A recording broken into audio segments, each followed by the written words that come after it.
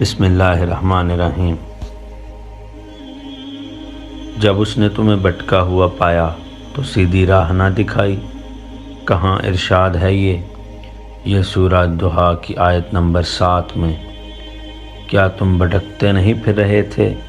کیا تم شیطان کے اسیر نہیں تھے؟ شیطان تمہارے جذبات پر قبضہ کر لے تو تم ہدایت یافتہ ہو سکتے ہو؟ بھلا اسے ایک بار قبضہ کرنے تو دو، وہ تمہیں اس برانگیختہ حالت کی قربت تمہیں جبرائیل کی قربت سے اچھی معلوم ہوگی۔ یاد رکھیں، عقل اور انسان کو ہمیشہ اپنے خطوط نہیں پڑھنے چاہیے، دوسروں کے خطوط بھی پڑھنے چاہیے۔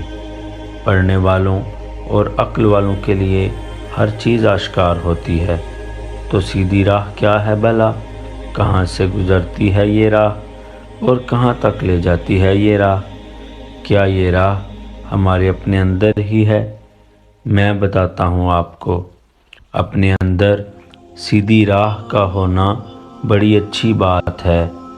ہر غیر ضروری خواہش اور جذبے سے پاک دل ہو۔ دانا کہتے ہیں کہ انسان کائنات کا نمونہ ہے۔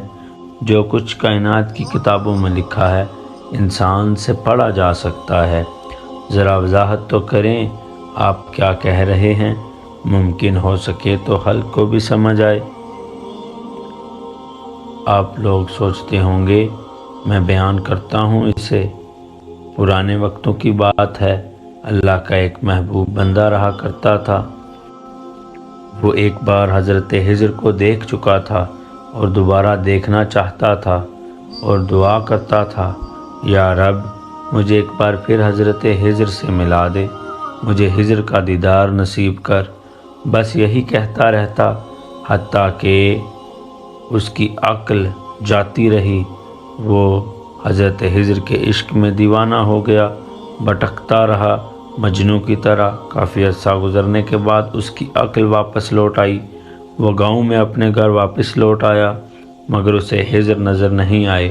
وہ دعا گو ہوا، اے میرے رب، دیکھ میرا کیا حال ہو گیا ہے، مجھے پھر سے خضر کا دیدار نصیب کر، چاہے ایک بار سہی۔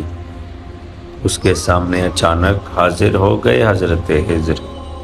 وہ شخص تو حیران ہی ہو گیا۔ حضرت بولے، تم نے مجھے اللہ سے دیکھنے کی دعا کی، التجا کی، بولو کیا چاہتے ہو مجھ سے؟ وہ دیہاتی بہت حیرت زدہ تھا۔ وہ بولا، یا حضرت خضر، جب اتنا آسان تھا آپ کا آنا تو کیوں مجھے برسوں انتظار کروایا؟ یا حضرت، میں اس آپ کی وجہ سے عقل سے بیگانہ ہو گیا، آپ کو ہر جگہ ڈھونڈتا رہا، آپ مجھے نہیں ملے۔ حضرت نے اپنا جبہ اتارا اور اس شخص کو پہنا دیا اور اپنی پگڑی اس شخص کو دے دی اور بولے، اب سے تم خضر ہو، جاؤ بازار، ہر ایک کو نظر آؤ۔ جب وہ آدمی بازار پہنچا تو اس نے کیا دیکھا؟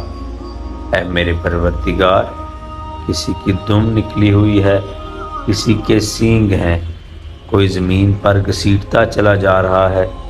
بازار کے چوراہے میں 10 قسم کی مخلوقات ہیں، سور جو ہے، کیڑے مکوڑے، چوہے، شیر، بندر۔ دنیا میں جسمانی و صورت کے ہم حامل ہوتے ہیں، ہماری سیرت ویسی ہی ہوتی ہے۔ پھر ہم کیا کہتے ہیں؟ انسانیت صورت کا نام نہیں، انسانیت باطن کا نام ہے۔ اگر صورت ہی کافی ہوتی تو سیرت کی کیا تھی ضرورت؟ پھر یوں ہوا کہ اس شخص کے خضر بنتے ہی اس آدمی کی آنکھ پر پڑے پردے پھٹ گئے اور ہر کسی کی سیرت، معنی، خیالات، حقیقی چہرے دکھنے لگے۔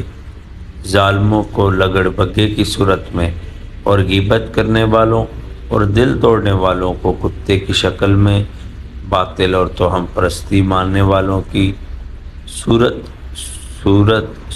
کی شکل میں۔ یہ سب دیکھ کر وہ غریب دیوانہ حیرت میں پڑ گیا۔ یہ سب دیکھتے ہی اس کی حیرت بڑھ گئی۔ یہ کیا حال ہے میرے اللہ۔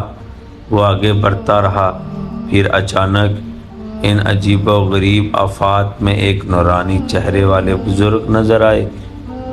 داڑھی سفید سے سفید تر اور نورانی آنکھوں اور پاکیزہ چہرے والے بزرگ دیکھ کر کچھ راحت ملی حضرت خضر کی جگہ لینے والے غریب دیہاتی کو۔ وہ فوراً ان بزرگ کے پاس پہنچا۔ بزرگوار، میں خضر ہوں، مجھ سے کسی کام کی خواہش ہے آپ کو؟ اگر ہے تو بتائیے، میں ابھی کر دیتا ہوں وہ کام۔ ہاں، جب کوئی اور کام کرنے والا نہ رہے تو خود چلے آتے ہیں خضر، وہ بزرگ بولے۔ بزرگ نے اسے دیکھا اور بولے، میرے بچے، تم اپنا کام کرو، ہمیں خضر کی ضرورت ہوگی تو ہم خود تمہارے گھر چلے آئیں گے۔ ہاں تو یہ بات ہے ساتھیو، یہ دنیا اور اس کی تمام چیزیں اگر ہماری ہوں تو کیا یہ سیدھی راہ دکھا سکتی ہیں ہمیں؟ مگر اپنا ہدف نہ بھولنا لازم ہے ساتھیو۔ اگر ہزاروں خضر بھی ہوں تو کیا ہم محمدی ہیں صلی اللہ علیہ وآلہ وسلم۔ اگر ذروں کی مقدار کے برابر بھی خضر ہوں تو ہم حضرت محمد صلی اللہ علیہ وسلم کے امتی ہیں۔ ہمیں اس شعور کے ساتھ اور اس ادراک کے ساتھ جینا چاہیے۔ کیا کھیل نیت کے مطابق نہیں ہوتا؟ ساتھیو، توبہ کا دروازہ تو موجود ہے، اس دروازے سے کسی کو لٹایا تو نہیں جانا۔